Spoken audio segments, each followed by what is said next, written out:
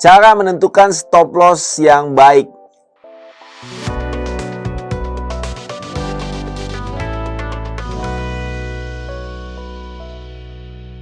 Oke, sobat trader, kita bahas di sini adalah cara menentukan stop loss yang baik. Dalam trading kita harus menggunakan stop loss karena kita tahu bahwa dalam trading setiap analisa kita atau setiap metode trading kita itu tidak selalu benar 100%. Pasti ada kalanya salah. Ya, ketika salah itu kalau kita tidak menggunakan stop loss maka kerugian kita akan sangat besar, bahkan bisa dikatakan bisa call margin atau cut buy system. Karena itu kita menggunakan stop loss. Nah, pertanyaannya adalah cara menentukan stop loss yang baik. Ya, cara menentukan stop loss yang baik yaitu ketika kita bisa membatasi kerugian kita itu terukur. Ya, stop lossnya terukur.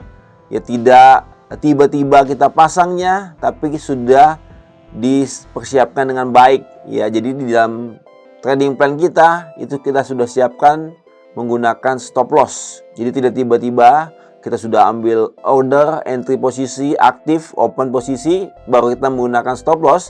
Tapi kita sudah siapkan sebelum kita order, kita sudah siapkan di dalam trading plan kita untuk menggunakan stop loss. Di mana batasan stop lossnya kita bisa perhatikan, ya kita bisa lihat dari level-level support dan resisten. Kalau misalkan kita open sell, posisi open sell, maka kita bisa lihat stop loss kita bisa pasang di atas level-level resisten kuat. Dan ketika kita menggunakan atau kita order open posisi buy, maka kita bisa pasang stop loss kita di bawah level-level support yang kuat. Sehingga kalau kita pasang ya baik di atasnya level resisten kuat atau di bawahnya level support kuat, maka kita harapkan bahwa harga akan tertahan di level-level tersebut sehingga tidak terkena level stop loss kita. Dan kita bisa siapkan stop loss kita itu terukur ya, supaya setiap transaksi kita bisa ukur performance-nya untuk kemudian hari. Jadi kita lebih baik kita bisa batasi kerugiannya itu sudah settle. Misalkan kita pasang risiko kita atau stop loss kita itu misalkan kita fix di 1% dari modal, atau mungkin kita bisa fix di berapa pips ya ketika trading ya. Kalau misalkan ada peluang untuk entry open sell, misalkan kita pasang stop loss kita di atas misalkan 30 pips di atasnya level entry kita, dan 30 pips itu ada di atasnya level resisten ya, sehingga walaupun stop loss itu bisa dikatakan kecil hanya 30 pip, tapi level stop loss itu sudah ada di atas level resisten, sehingga kalaupun harga naik cenderungannya tertahan di level resisten dan dia kembali turun untuk mengarah ke arah take profit yang kita sudah plankan. Demikian juga kebalikannya, kalau kita misalkan open buy, kita sudah pasang misalkan 30 pip dari level entry kita itu sudah di bawah levelnya support ya. Kalaupun dia turun, dia tertahan di level support dan kembali naik untuk menuju ke arah level take profit yang kita sudah siapkan.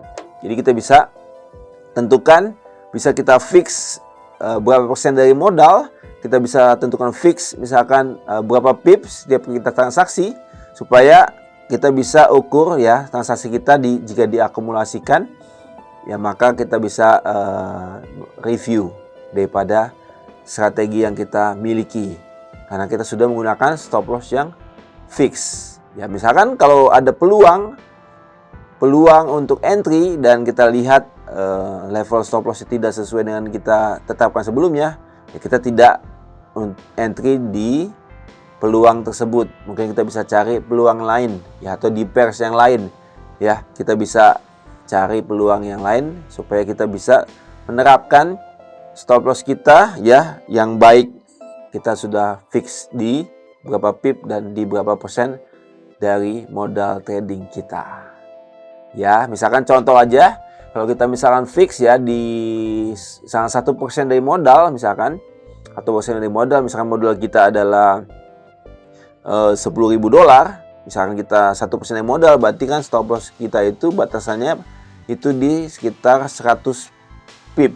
Ya, karena 1% dari 10.000 adalah $100. Kita trading 0,1 lot, berarti kan 100 pip. Ya, misalkan kita fix di 100 pip, ya dengan metode trading kita yang kita miliki, ya kita lihat itu 100 pip sudah di atasnya misalkan level resisten kuat atau di bawahnya level support kuat. Ya, kita fix 100%. Jadi kalaupun kita loss, maka kita kehilangan 1% dari modal. Kalaupun kita nanti loss lagi, itu kita kehilangan 1% dari modal. Jadi terukur. Nah, kita bisa ukur batasan rugi kita. Jadi rugi kita tidak melebar, ya, tidak semakin besar karena sudah terukur di level-level atau di batasan-batasan yang sudah kita tentukan sebelumnya. Oke, jika ada pertanyaan seputar yang kita bahas ini, ya, cara menentukan level stop loss yang baik, sobat trader bisa tinggalkan di kolom komentar. Oke, kiranya video ini bermanfaat buat sobat trader semua. Jangan lupa klik like dan share. Bagi sobat trader yang belum subscribe YouTube channel ini, klik tombol subscribe-nya, aktifkan loncengnya supaya sobat trader dapatkan notifikasi jika ada video-video terbaru dari kami. Dan bagi sobat trader yang serius untuk trading, bisa join di Java Global Future. Sampai ketemu di video-video selanjutnya. Salam profit.